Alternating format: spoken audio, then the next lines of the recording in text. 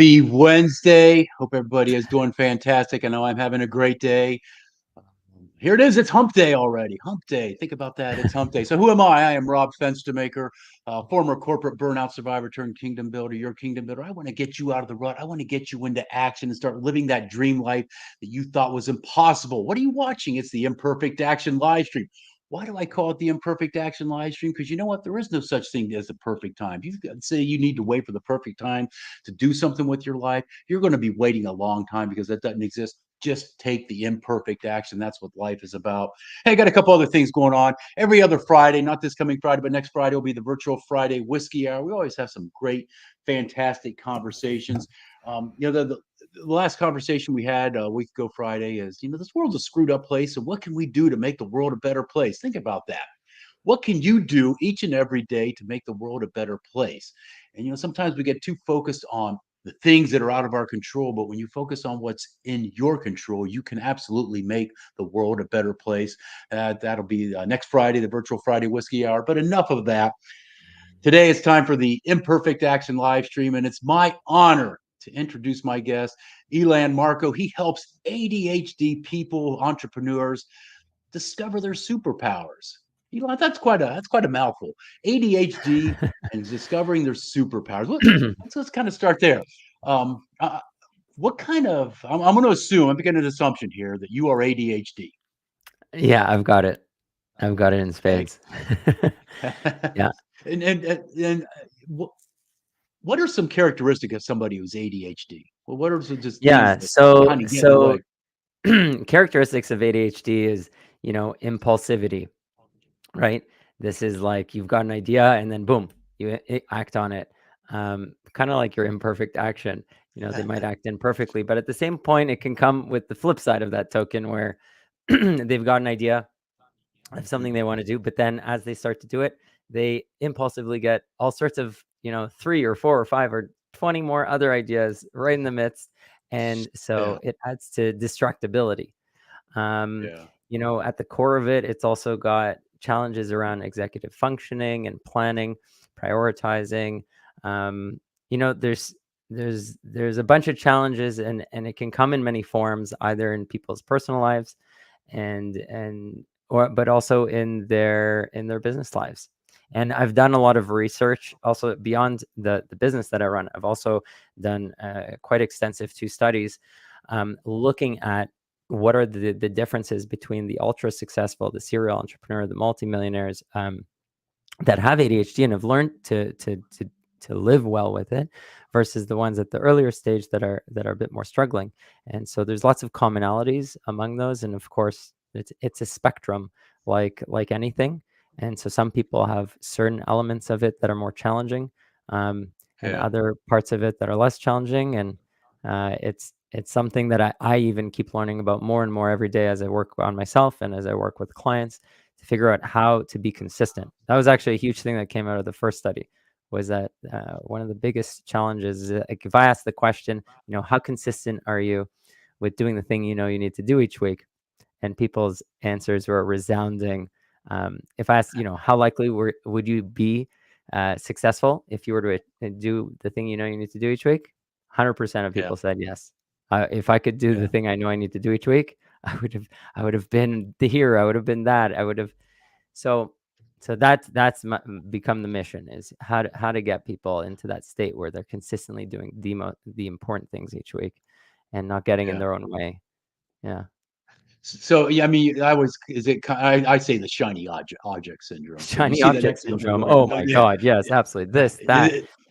yeah, And many people, even though there's a diagnosis for it, many people, have some of the characteristics or can resonate with some of that. yeah, And you don't yeah. need to be diagnosed with it. Rob, what do you think? What percentage of entrepreneurs have some form of ADHD, if you were to Oh, guess? I think it's a huge percent. I'm going to put it at over 80%, and the 80%. reason why I'm going to put it over 80%. I mean, I'll admit, as you're describing it, yeah, I can see myself, and I've had that shiny object syndrome. And you always think, well, this and coming from a corporate environment where you're expected to be regimented, dress right, dress, and all this, and I get it. Um, I would struggle too. And Mhm. I think that a lot of people, when they're in corporate and they're struggling with that, they just want to go out and do their own thing. So am I right in saying it's over 80%? I'd say 80% is a little bit of an overestimate. So there's no true, real, great stat on this, but you're not like that far. So I went and Yeah. I tried to find some proper stats on this. I ended up going to some conferences specifically asking this question to every entrepreneur I could get a hold of, right? Yeah. And so what I found is that about a third of entrepreneurs have the diagnosis, a third of them self-identify, and then a third of them don't. So, but two-thirds, you came very close to this guess, Yeah. and it's not a surprise, that it's, let's say, two-thirds of people identifying with this. There's also characteristics of, when it comes to the ADHD, like some level of defiance, needing to do Yeah. something your own way. Yeah. um, so that's part of why people tend towards the entrepreneurship. They're like, oh, well, this is stupid. I don't want to do it this way. And there's a real mountain to climb to doing something you don't want to do when you have ADHD, like an emotional Mhm. mountain, even though for someone else, that thing is just like, man, just do the thing. Just do the thing. Yeah. Um, Yeah. and yeah, there's different personality types where, no problem. I can do the thing even though I don't care or like the thing. I don't need dopamine to do the thing. I'll just do the thing. Yeah. Yeah. One thing that's always helped me, and is just being very specific on a schedule, writing out Mm, a schedule and being very specific, using that SMART goal concept of what I'm going to do during this block of time. The other thing is something of white noise, like this. I got this here. It's just an egg mm. timer. Just letting that play, just that white noise just kind of helps to keep Oh, me one sec. focused. Let's put both our clocks up. There you go. Yeah, there you go. You got an egg timer, I got an egg timer. It helps me. It Yeah. 100% helps me. And one of the biggest detriments that I think, for me, and I'm sure it's for a lot of people, doesn't necessarily be the entrepreneurs, are these technological objects of worship we all carry around all Yeah. day. And we got to Yeah. sit there and go through that. I think that, I've read studies that, the smartphones, they really do something to, the colors and everything that's going on, it does something. And Hmm. it keeps you distracted from, what it is you want to accomplish, because it's too easy. You're doing something, like all of a sudden something pops up on your phone, like, wait a minute, what's going on here? And next thing you know, at 15 minutes later, you've gone down a rabbit hole and you're really exploring all kinds of other things. Yeah, and that's where I feel like we've gone into an ADHD world. So there's like, the Yeah, ADHD that's been happening for people since they were in school, like since early age, yeah, right?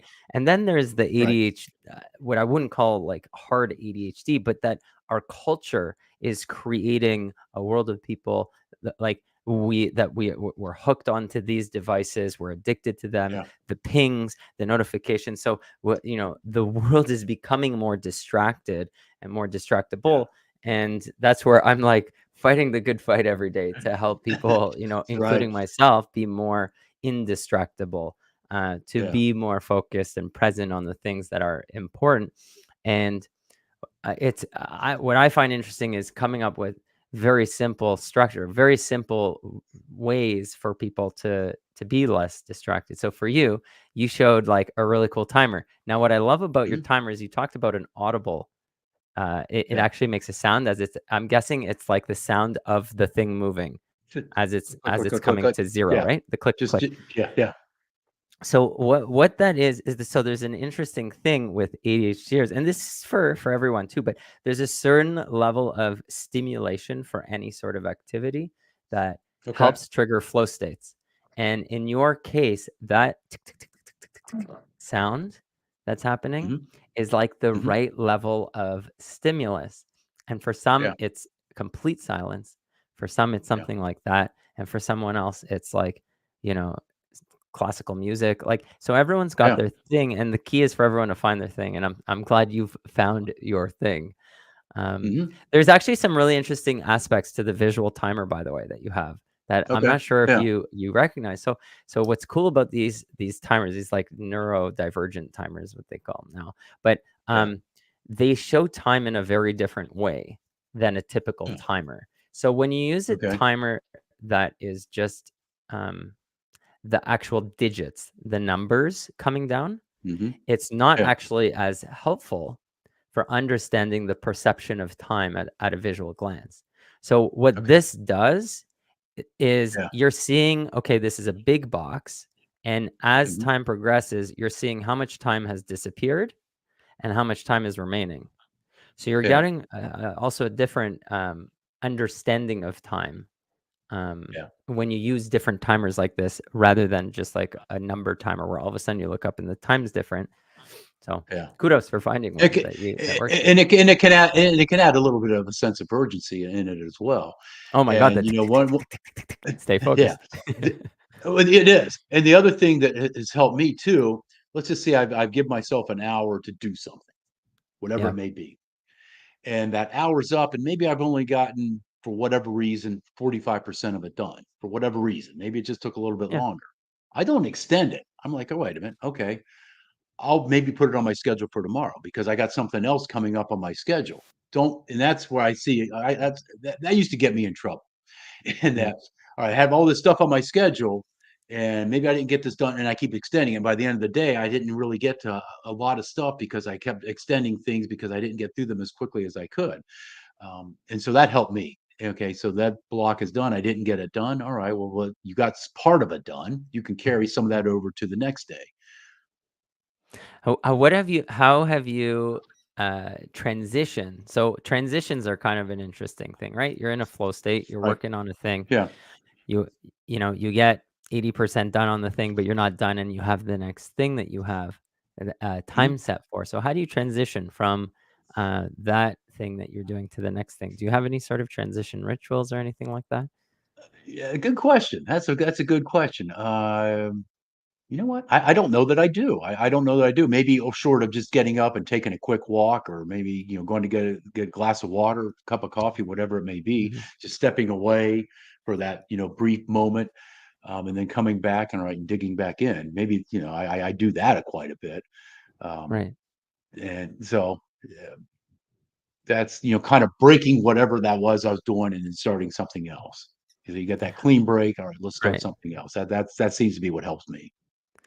A common challenge I see with people is so one of the things with ADHD is this like memory, like how much memory you're using on all sorts of things.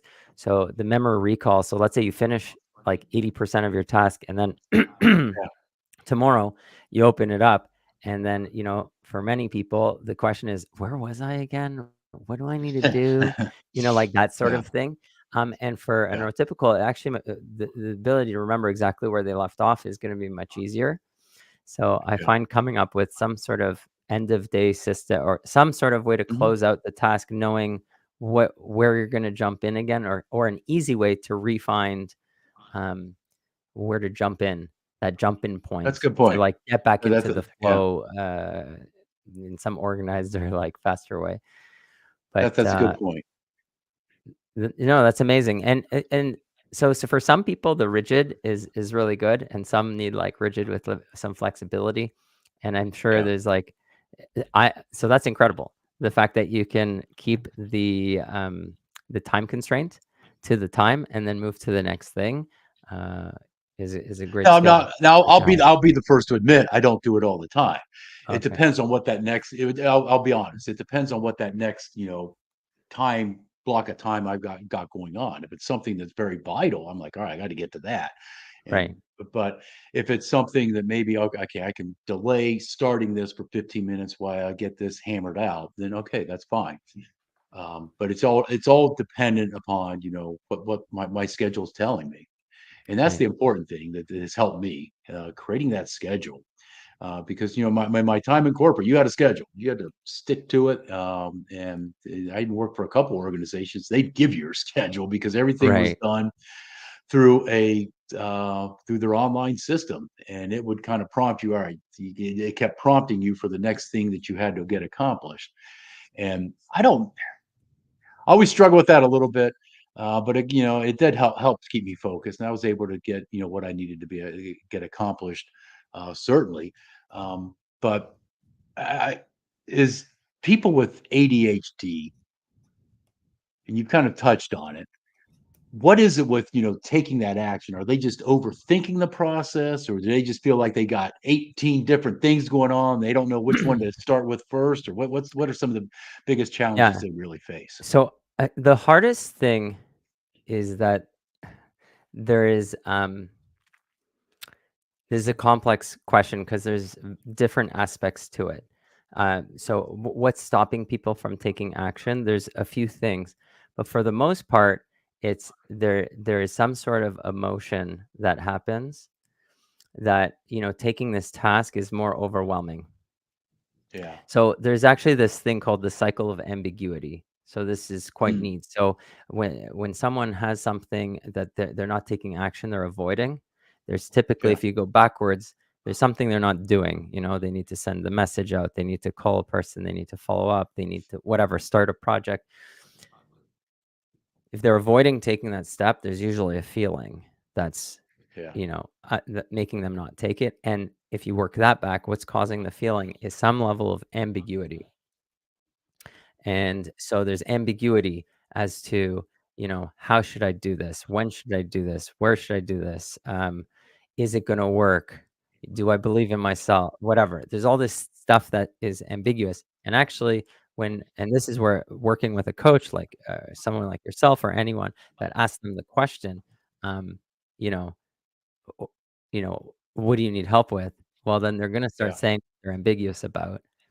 And they're gonna start, figuring out, what it is that they've been avoiding and putting off. If once people go through this cycle of getting clarity on what it is that they actually want, what they're ambiguous about, and it becomes clear, quite Yeah. often, the actions are much more clear to take. So part of it is an ambiguity, and there's lots of ideas that people have with ADHD. So rather than seeing one way of doing something, which would be I recently saw the best example. They used a pen, and one pen Okay. has one tip at the bottom, and Yeah. when you have the idea, all they got to do is click it in, and it works, and you can take it into action. But when it comes to ADHD, it's like those pens that have, seven colors, and Yeah. so it's like, Yeah. you're pressing multiple colors simultaneously, so then the pen doesn't actually click down. So there's this bottleneck. And so that's part of it is there's so many options. And the ADHD brain lives in a spectrum thinking. There's so many ways to connect all these different ideas and whatnot. Whereas in the neurotypical brain is more lie in black and white, more black and white thinking. And Yeah. the black and white thinking is more effective sometimes for execution. Yeah.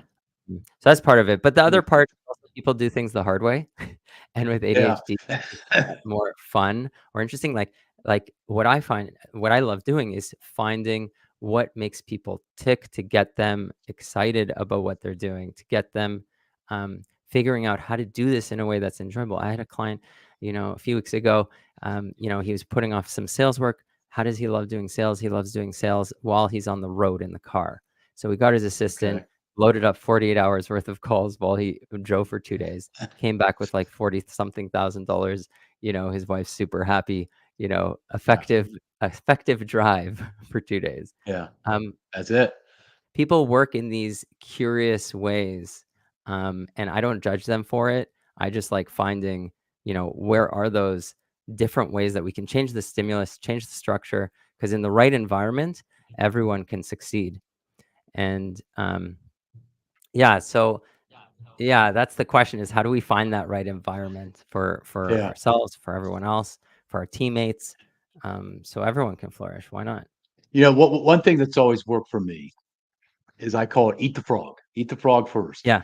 And so, I would in my time in corporate, I started to realize, okay, I'd knock out all the easy tasks first, and the hard tasks would be later in the day, and I'd never get them done. And so I kind of Mm, reversed it. Do the hard task first, and then you can get a lot more done. So I just call it eating the frog. You eat that frog. You do the most, right. the one that you dread the most first, and just get it done. Get it out of the way. Because So one, I you're used sharp. to You're sharpest in the morning anyway, so let's just get it done then. right. So I used to like, I've heard the eat the frog thing a lot, and I Yeah. found I struggled with the eat the frog thing. Yeah. And then when I went down the whole like specializing in ADHD, what I found very fascinating is um, the eat the frog approach. As much as that's probably like every business book will tell you that's the best way to do it. I would say in working with my clients that have ADHD, eat the frog. I invert it, and Okay. because the hardest part is for people with ADHD is getting started. Getting started is Okay. the hardest part. Yeah. Once they get started, they get hooked and they're hyper focused and they can keep going and going and going. And that's like actually the incredible like superpower of it. So when I am working with an ADHD, I actually invert it. Anytime we have a thing, a campaign, whatever we got to do, I invert it and I go, let's start with the easy task first. And that's because once you get into the momentum, the dopamine hits, the next thing dopamine Yeah. hits, and then like, let's go. It's on a roll. Like if they're doing outreach, I'm gonna sequence it as like, who's the easiest person? Who's the lowest hanging fruit of all of this first? Who's Mhm. the likeliest person to respond positively to this? We're gonna start with all of Yeah. those first. Um, Okay. but I think majority of Yeah. the world, it lives in on your team, which is like Yeah. eat the frog first. And I wish it could be that way because it would be more efficient. Yeah. It would, And it'd be great. and there is something to be said. So you've accomplished those first four tasks, and you had success, and just you kind of Right. get that little high, and just kind of creates that momentum. All right, I'm going to keep charging into the day, keep charging into the day, keep focusing and Right. getting clear on this. So I get that as well. So Yeah. it's just finding what works best for you. Yeah. And that's the thing is everyone's got their own blueprint, right? You've got your Yeah. blueprint. I've got my blueprint. Every single person has their own very unique blueprint. So, and I'm curious to hear from you, like more of what you've seen in terms of imperfect action from people you're working with, and how you take them from, being stuck. Yeah, yeah. I've had some clients that they feel like they're stuck. And one client in particular, he had a corporate gig. He was doing okay, but he was just tired. He had this idea of just he wanted to accomplish his own thing. He wanted to, have his own business. And so we really worked on what that business was. I wanted to get very clear instead, because there's nothing worse than just saying, "Oh, I'm leaving corporate. I'm gonna go do my own thing." You're not sure what that own thing is. Right. And you may be at that point, you may be having to sell hot dogs down at the beach just to make ends meet. You got to have that plan. And so we really worked to get, clear on what it is he wanted to do, what it is he wanted to accomplish. And he wanted to start a photography business. And so I'm like, that's cool. Let's get clear on what this is going to look like. And he took the action by getting clear on what it is he wanted to do, and just started attracting clients. He didn't step away from corporate, but he kind of started on the side in his spare Mm, time doing it. And then when he was ready to finally make that switch, he did. Because he knew that's what he wanted to do. He knew very clear, this is the direction I want to go. And so I helped him to understand that the importance of, okay, you got this idea, but you got to be rock solid clear on what it is, because if you just kind of go out there and pissing in the wind, you're mhm. gonna be you're gonna have struggles with it. And so that's how I worked with that client specifically. But when I'm working with people, just getting very clear on what it is, because I want them to use the words, because I think, to me, words are powerful. Words mean things, Mm, and those words that they're using to describe it are powerful, and it kind of creates that momentum and creates that emotion for them. And I think that's one thing that helps them to take that step of what I call imperfect action. right. Yeah, it's fascinating with the imperfect action because, and I love that you coin like that you're using this phrase, if you want to coin it or whatnot. But yeah, the imperfect action. I should use that more Yeah, in explaining things and give you credit for it.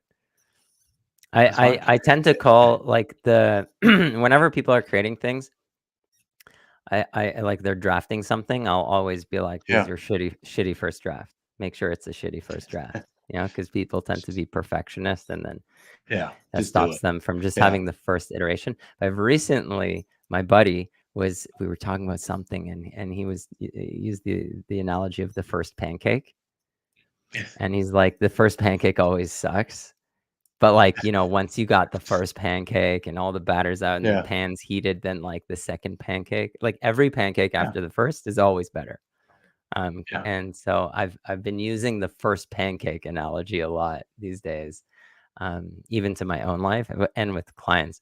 But it's a fun one because everyone's had a pancake, and hopefully Oh everyone's yeah. made a Yeah. pancake. If someone hasn't I made a like that. pancake till right now, go make a pancake, and then make Yes. two more, and then relate that Two to your more. life.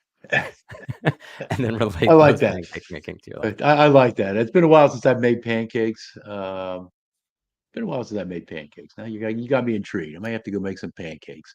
And maybe my superpower is in making pancakes. I don't know. Who knows? Who knows? I do like to cook. But we all have superpowers.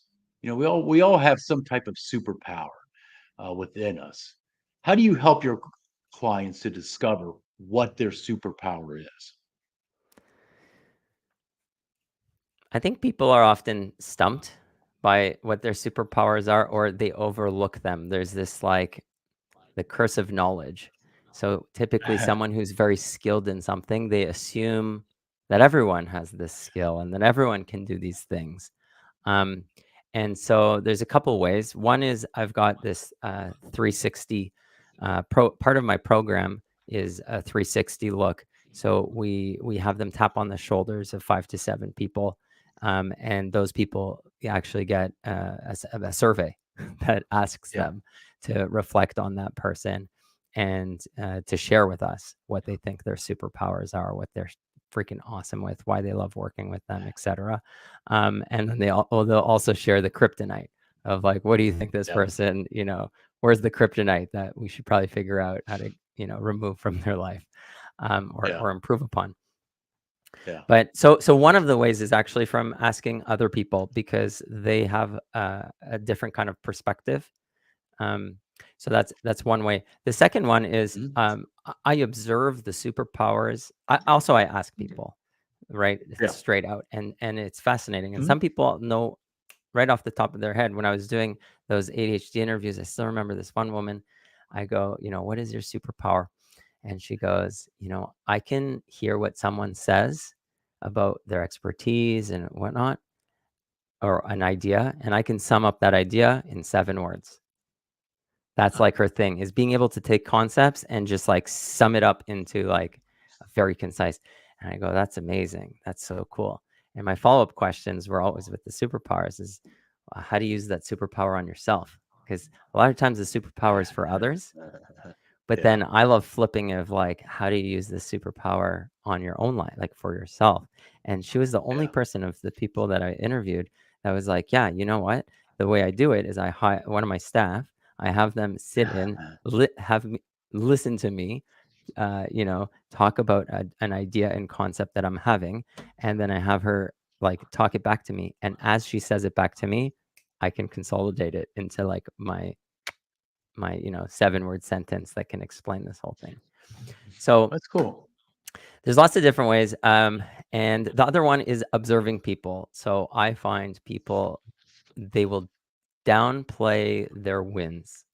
I see this happen every week with my clients. They downplay the wins. Oh, I just launched, I just had a client yesterday who like, for like 3 years has been wanting to launch his own business. And last week he launched it, right?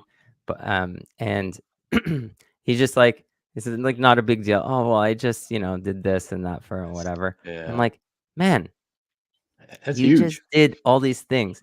You've been doing all this outreach. He's been consistent for like 4 weeks. He's like hit all his targets, all his outreach, like everything consistent. It's like to him, he's already like, okay, I did it, move on.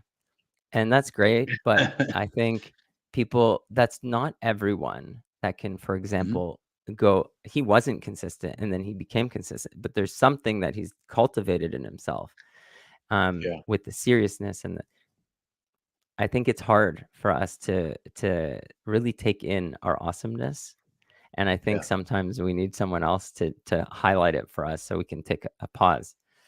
And so, yeah, I like to pause and have people even set up ways that they're going to celebrate these things, that like what they're really good at. Oh yeah. But yeah, Yeah. back to the 360 thing. By the way, I have clients go back to the people who reviewed them to take ownership, to thank them for the gifts that Yeah. they've given, but also to take ownership of the kryptonite, the challenges, and declare boldly what they are actually going after right now over the next 6, Yeah. 12 months, years, etc. And there's like a really cool thing that comes from that. Yeah, I'm curious from your perspective. I'm sure you're also working with people trying to figure out their juice, Yeah. their like what drives them. How do you get to that? I've done the archetype test, and I come back as a warrior sage. My anti is an essentialist, so I know those things. They have to, I know what I can step into. Mm, And as far as when I'm working with clients, I absolutely believe we all have it within us. We all do. It's all there. You've got to get them to, you know, peel it back, keep peeling it back, keep asking those questions, keep peeling it back, keep peeling it back, keep peeling it back. And eventually you get that light bulb moment. They're like, oh, okay, now I get it. Now I get it. And it's just asking the right questions and asking them in a way that forces them to introspect, that really forces them to dig deep within inside themselves and really explore what it is, who they are, what that calling is on their life. Um, so maybe not, with you're just, maybe we won't call it superpowers, but um, whatever that calling is on our lives, because we all have a calling. I mean, we've been mm, given this life to serve. Absolutely. We've been given this life to serve. And how are you going to serve? How are you going to serve, those you have a connection with, your community, this world? How are you going to do that? And tapping into those passions and helping them to discover that which really excites them. A lot of times it's just, the words they use or how they look when they're describing something. You can see them light up. They're like, they get really excited. That says something to me right there when I see someone doing that.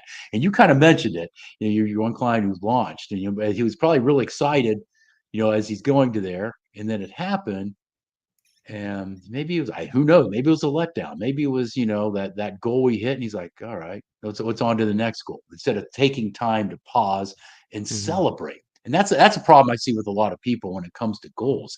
They don't know how to celebrate those victories. You got to Right. celebrate victories. You have to celebrate victories. And Yeah. the other thing I think is important with goals: have little milestones along the way of how you're going to celebrate too. All right, so your clients launching a business, whatever it is, and I'm sure you kind of create some milestone with them along the way, because that's what I do with my clients. Let's create a milestone on this big journey. And what are you going to do when you cross this? How are you going to celebrate? I mean, you're going to take your wife out to dinner, you're going to go buy a new shirt. What's it look like to you? And when you Hmm. when you do it, do that. Do specifically that, because it reminds you. You talked about that dopamine. It's that excitement. All right, this is cool. I did this. So the next celebration is going to be even bigger, and I can't wait for that next celebration. Right. Yeah, there's something about taking it in, taking in the positive energy from it and not Yeah, negating it and just like moving to the next, moving to the next. Like there's always a next thing that yeah. comes. And yeah, I find that it's easy to just like overstep it and like just No, it move to the is. next It thing. is. Yeah. Yeah. And when you know what that big thing is out there, you're focused on it all the time. I could call it your main thing. And so knowing your main thing, you keep your main thing as your main thing, and you're always focused on that main thing. And it's out there, but you gotta gradually do it. And Mm. I've seen a lot of people, maybe that main thing that they have, that big goal, in the process along the journey is maybe step 632. And they're only focused on that 632nd step to get there, but they're not focused on that next step they need to take right now, Right. because they can't think they can't get there. Well, you got to take the first step. You got to keep moving forward. What's something big? I see the words "be bold" behind you, and now I'm curious. Like, what's something bold that you're gunning for? But what I'm gunning for, my goal is what I do is like I want to ignite souls on fire. I want people to live that dream because we have those things inside of us. We have those things inside of us and it's there. And you need to ignite that. You need to ignite that and be excited about it. So my goal, I want to ignite over 100,000 souls on fire so people can start living their dream. Simple as that. I got the I'm number, like, 100,000 I gotta souls. one sec.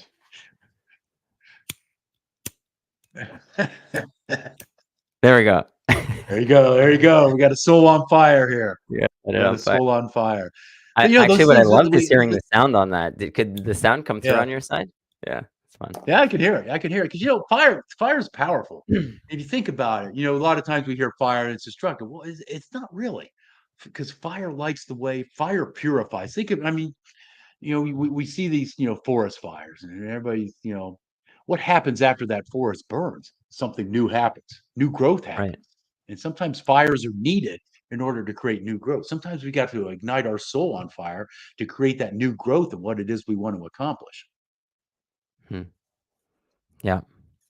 Yeah. Fire is, I don't know why, but I just got a visual of when I was driving. I was doing a road trip through the U.S. and I was somewhere in Colorado, and Okay. we had reached this place where it was it had clearly, there had been a forest fire there at some Yeah. point before, and I Yeah. have to say that it was just like a very interesting place because the Mhm. trees were burnt down, and there was a quietness, but it was like the quiet before what's next kind of thing. Yeah.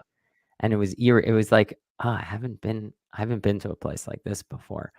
Yeah. And that was, I guess, what happened after the fire had burnt out, before the full like blossoming, right? And the Mhm. rebuild and that stage of life. But yeah, we go through stages, and we're gonna, have stages where we're on fire in a positive way, and then other times where it gets Yeah. more dim. But I think our Yeah. job in life is to have that fire Mhm. ignited as much as possible, not just for yourself but for others. And the warmth that comes around a fire and how it impacts more than, when you think of like a fire around a campfire, Mhm. it's for people to break bread around, to talk around. Yeah. And it's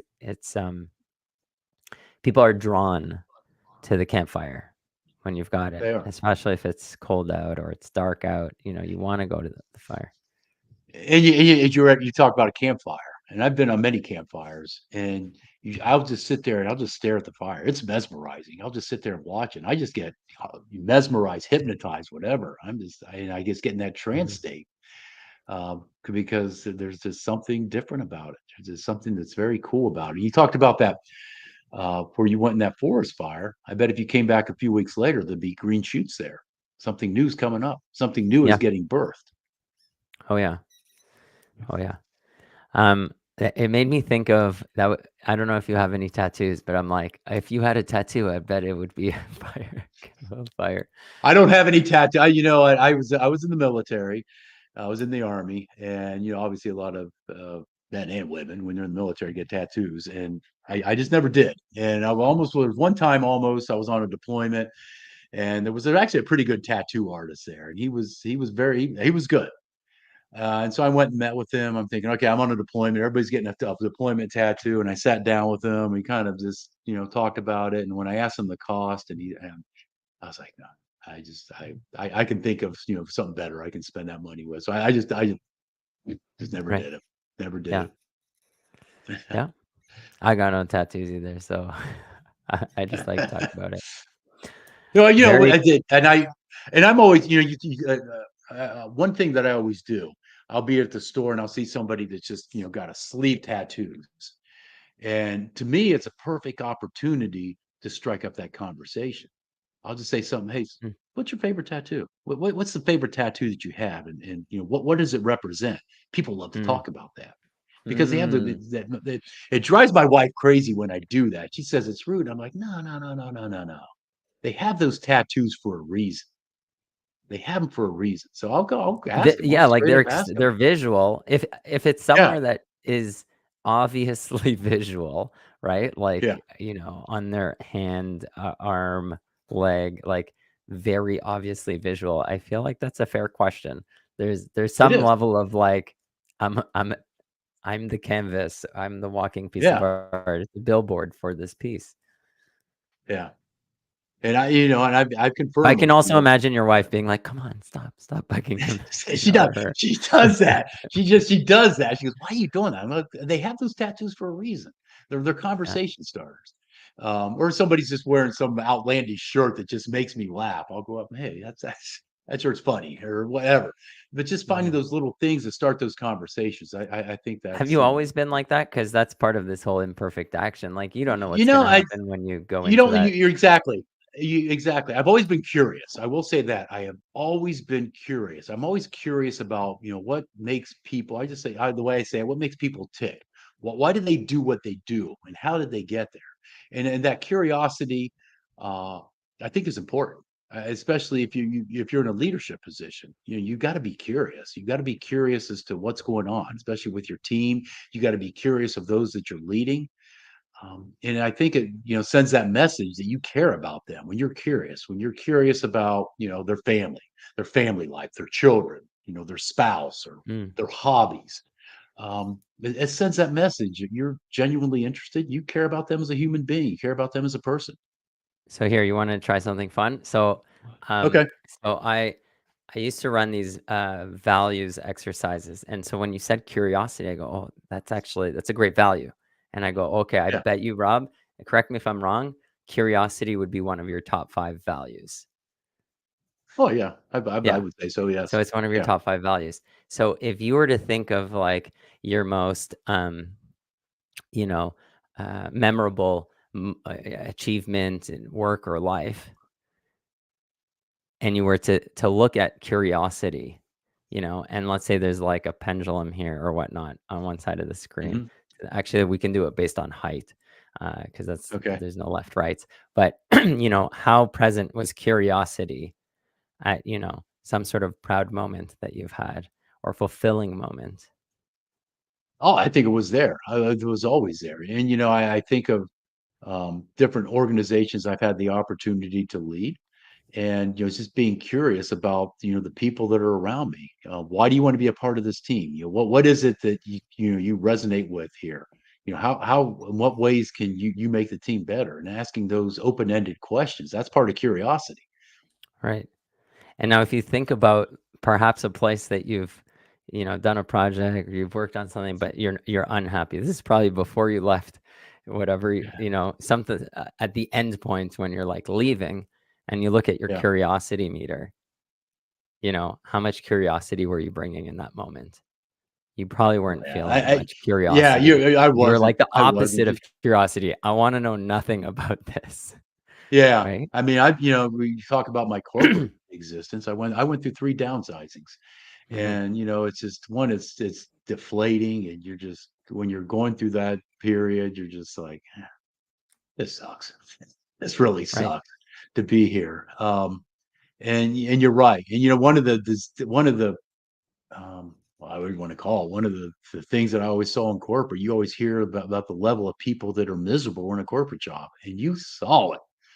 You saw it. They would drive me nuts. They're the people that it's the, oh God, it's Monday. Thank God it's Friday. Oh God, they just could be on that constant Right. roller coaster cycle. Right, I Constant, feel like for entrepreneurs, constantly. it's like, I'm excited to get back to work, or like, I come back Yeah. from a Yeah. vacation, I'm like a slingshot. Let's go. Like, I like what I'm doing, Yeah. Yeah. And So and not to say entrepreneurship is not without its stresses. Yeah, there's oh, stresses of here, course there's but stress. but Yeah. the but the excitement of it is I'm living my dream. I'm not living Yeah. somebody else's dream. I can get up in the morning while I'm sitting there drinking my coffee and really think about the day that lies ahead of me, and it excites me. I'm like, all right, here's what I can Right. do today. I always tell myself, today's the day. Today's the day when I go to that next level. And Mm, you gotta have those little those little mind games with yourself to just tell you to be right. confident, to envision your future, to manifest your future. I love it. Yeah, and so just to close the loop on the curiosity thing. So if you go back to like when you left corporate, the way that you like people when they're at their best, their values are in alignment and present, like that value is Yeah. met. And so your curiosity value was not being met, wasn't present. But then in finding your next thing, when you did find your flow, you found a way to, I bet you found a way to get the curiosity back up. And it was about the next thing Oh yeah. or whatnot.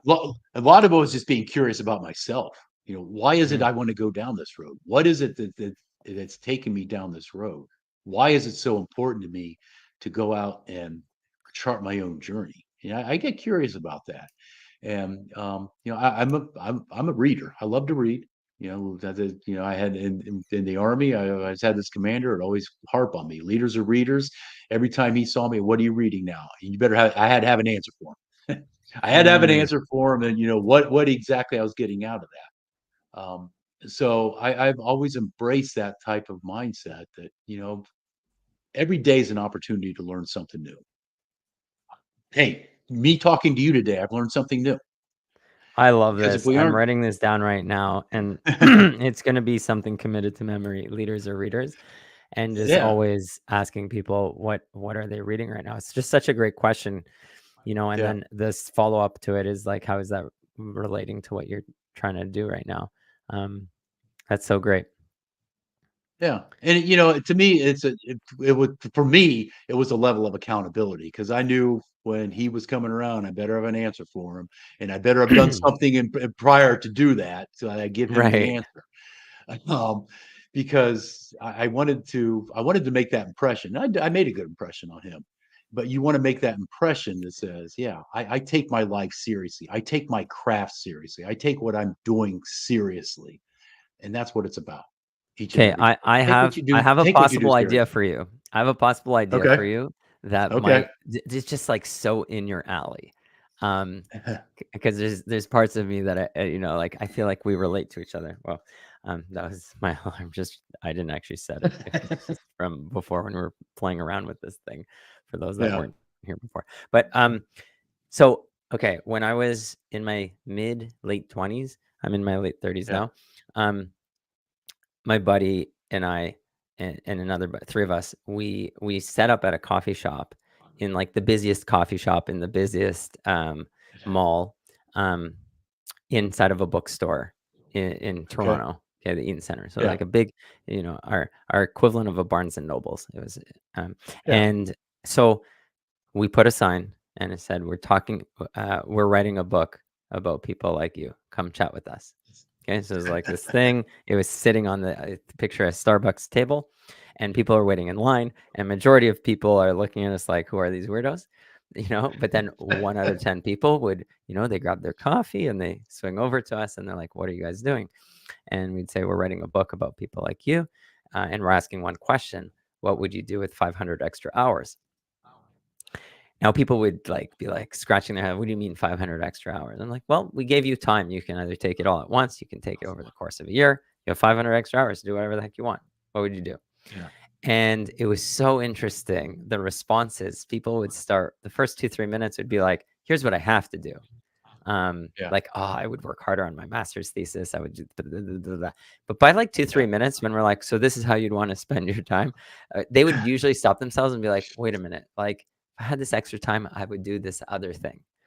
And Yeah. then all of a sudden they would light up because the first 2, 3 minutes would be like, oh, I would do this, whatever. But then they would light up. That fire thing you're talking about would light up inside for them. And Yeah. they'd be talking about, oh, actually, this is how I'd want to spend my extra time. Um, and some just like these amazing conversations. And we'd ask, you know, we'd ask him, like, have you ever shared this with anyone? And most people had never shared that with anyone before. And we were just some strangers. So we had no idea what they're capable of or not. Or, you know, there's no like pegging them to their identity and what they're capable of.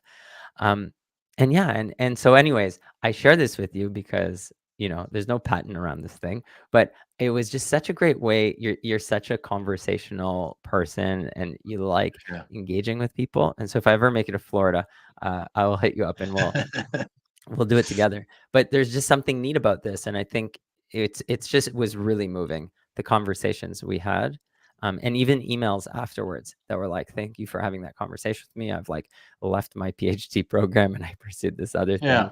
I spent more time with my loved one who then ended up passing away." Mhm. Like there were a lot of like really profound messages.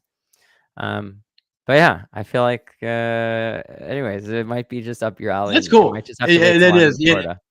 Yeah, and that's cool. I love that. And I'll get figure out what my version of that looks like because I've seen other people do different things. There's a somebody on Instagram. I'm drawing a blank on his name now, but that's what he does. Is it's his mission in life? I think to interview. I think I can't remember what the number is. It's an astronomical number. Just to interview people about, hey, what are you doing? And that's his Instagram account. He's got Mm, millions of followers. wow. And so yeah, and because I think what you're doing, what I think it taps into, people just want to be heard. They just want to know that people are listening to them. I think that's one of the greatest gifts we can give someone is to just actually listen. Don't pass judgment. Just listen to what they have to say and do it with an Mhm. empathetic ear. I mean, we're in this, like I say, we're in this microwave society where everybody's go, go, go, go, go. And everybody just feels like they're just part of the matrix, and they want to they want to separate from the herd, and they want to be know that they're being heard. And what you did there gives them the opportunity to know that they're being heard. You know what? It also it's like being heard by someone else, but I think they also get a chance for the first time to hear themselves Yeah. Yes. because they're being asked for about them and Yeah. in their own mind. And I think they just hadn't people because we're go go go, like you're saying, Yeah. people don't take the time to reflect for themselves, to ask Yeah. themselves, what do I want? What do I Hmm. really want to dream of? And that's where, yeah, I think just everyone should have people in their lives where they can have Yeah. these conversations. Yeah. And we live in this virtual world, but it's also a lonely world. And the one thing that's true about this virtual world, I think it's made the world more lonely. Hmm. Now, yes, I have a lot of virtual connections, and I've had the opportunity to meet some. But sometimes you yearn for the day when you could just have those face-to-face, connections with people, like back in the day before we, became this virtual world. Um, because to me, you can only go so far on a virtual conversation. But Mm. it's really when you're sitting eyeball to eyeball with somebody, it's when you really get to know a lot more about them. Yeah. Yeah, there's a certain level of presence that Yeah. comes to when you're in person. And yeah, that's part of what has been a big struggle for those with ADHD because one of the things that really helps is this vitamin C. I heard this coined by one of the guy Ted Hallowell, who's one of the prolific writers around ADHD, and vitamin C being vitamin connect. And Yeah. everybody needs it. The ADHD needs a higher dosage of the Yeah. vitamin connect. Um, yeah. All right. So, if people want to check out your website, this is it, deepworksprints.com. And when they go there, what will they see? Yeah, so for those that want, so let's say if someone is interested or an entrepreneur looking to accomplish their goals by being extremely consistent and um, they can go on there. There's like a coaching program process where I guarantee performance and results. I like literally guarantee it. There is for those that just want to be part of a community, there's a community aspect. And then for those that are ADHD, who are researchers that are specifically, I'm doing a bunch of research projects. And I'm looking for more collaborators around Okay. the ADHD entrepreneurship research. So there's a section there for anyone who wants to collaborate on that. And the mission is creating the number one um, program for ADHD entrepreneurs in the world. Yeah. There's nothing truly that is existing beyond smaller organizations right now, and I'm looking to shift that and just help. You have your mission of your was it 100,000 people? 100,000, like getting 100,000 souls on fire and start living their 100,000 dream souls on life. fire. Yeah. So let's go. Let's do it. Let's do it. Let's do it. Got to do it each and every day. You got to focus on what it is each and every day. And if people want to get in contact with you direct, this is the best way to reach out to you. Yeah, email me here, Elan at deepworksprints, ELAN, deepworksprints.com. Yeah, that's great. All right. Well, as we're kind of winding down on time here, do you have any parting wisdom you would like to share? Mm. My parting wisdom is that everyone has a superpower and everyone has kryptonite, and that is normal. And Yeah. there's nothing wrong with anyone. Everyone's got what they're great at and what they suck at. And Yeah. I'd say Yeah. find someone that can be in your corner, and don't give up till you find someone that will be in your corner, and don't give up till you get to where you want to go, because everyone can get That's it. there. Yeah. Yeah.